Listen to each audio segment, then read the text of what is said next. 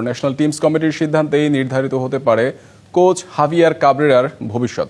তবে নারী দলের কোচ পিটার বাটলারকে পুরুষ দলের দায়িত্ব দেয়া হচ্ছে এমন সংবাদকে ভিত্তিহীন বলেছেন বাফুফে সহ-সভাপতি ফাহাদ করিম। এদিকে বাটলারের নেতৃত্বে ২৬ নভেম্বর থেকে আজারবাইজান ও মালয়েশিয়াকে নিয়ে ত্রিদেশীয় টুর্নামেন্ট খেলতে নামবে বাংলাদেশ নারী ফুটবল দল। গেল ১৮ নভেম্বর ফুটবলের নবজোয়ারে ভেসেছে বাংলাদেশ। এর আগে ভুটান, সিঙ্গাপুর কিংবা নেপাল ম্যাচের শেষে কিছুটা আশা আর একরাশ হতাশায় ঘেরা ছিল দর্শকদের অনুভূতি। এবার সমালোচনা ভুলে ভারতবধের উল্লাসে মাতে লাল সবুজের ফুটবল ভক্তরা। তবুও একটা প্রশ্ন আজকের ফুটবলে নিয়মিত, আর সেই প্রশ্ন হাভিয়ার ক্যাবরেরাকে নিয়ে। বাংলাদেশ জাতীয় দলের প্রধান কোচ হিসেবে ক্যাবরেরা দায়িত্ব নিয়েছিলেন ২০২২ সালের ৮ জানুয়ারি। সবশেষ চুক্তি অনুযায়ী ক্যাবরেরার মেয়াদ আছে আগামী বছর ৩০ এপ্রিল পর্যন্ত। তবে কি বাফুফে এবার চূড়ান্ত সিদ্ধান্ত নিতে যাচ্ছে এই স্প্যানিয়ার্ডকে নিয়ে? আমাদের কোচ এবং কোচিং ব্যাপারে সবসময় আমাদের একটা রিভিউ থাকে, একটা অ্যাসেসমেন্ট থাকে। ফাইনাল ডিসিশন যখন হবে, কোনো একটা যদি হয়েও থাকে আমরা সেটা জানিয়ে দিব।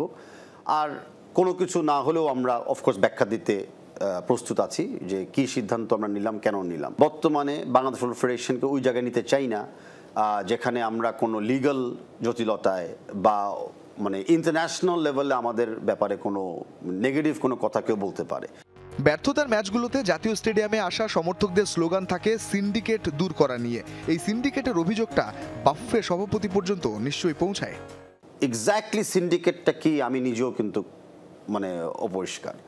দুই একটা উদাহরণ পাই যে কোনো একটা নির্দিষ্ট লেটস সে ক্লাবের খেলোয়াড় বেশি বা একটা ব্যক্তির ব্যাপারে প্রাধান্যতা বেশি। ডেফিনেটলি আমরা যেগুলো অ্যাসাম করতেছি আমরা চেষ্টা করব সেগুলোতে যেন আমরা জিম্মি না থাকি। দিন দিন আরও বাড়ছে ফুটবলের জনপ্রিয়তা। বাংলাদেশ ভারত ম্যাচের গ্যালারিতে ছিল উপচে পড়া ভিড়। আরও বেশি আসন সংখ্যার আইকনিক স্টেডিয়াম তৈরির ভাবনা কিংবা চাওয়া আছে বাফুফের, বললেন তাবিথ। ফুটবলটাকে যে উন্নত মান রাখতে চায় তাহলে একটা ইন্টারন্যাশনাল স্ট্যান্ডার্ড স্টেডিয়াম আমাদের লাগবে।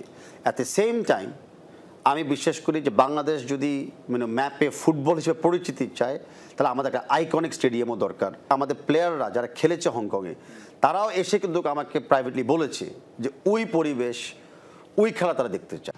হামজা চৌধুরী নিঃসন্দেহে এই মুহূর্তে বাংলাদেশের ক্রীড়াঙ্গনের সবচেয়ে বড় ব্র্যান্ড। তবে হামজার সরলতার সুযোগ নিচ্ছেন কিছু কর্তা ব্যক্তিও। হোটেলে বিশ্রামের সময়ও ভিজিটরদের সঙ্গে করতে হয় সাক্ষাৎ। বাফুফে সভাপতি বলছেন এ ব্যাপারে সামনে আরও কঠোর হতে যাচ্ছে ফেডারেশন। এর আগেও দেখেছিলেন আর এবারও দেখেছিলেন যে হামজা চৌধুরী ক্যাম্প জয়েন করার আগে তার ব্যক্তিগত কন্ট্রাকচুয়াল যেই অব্লিগেশনগুলো ছিল সেগুলো উনি শেষ করে আসছে। সেখানে আমাদের কমেন্টস থাকতেই পারে, আমাদের ইচ্ছা থাকতেই পারে, but he is not bound.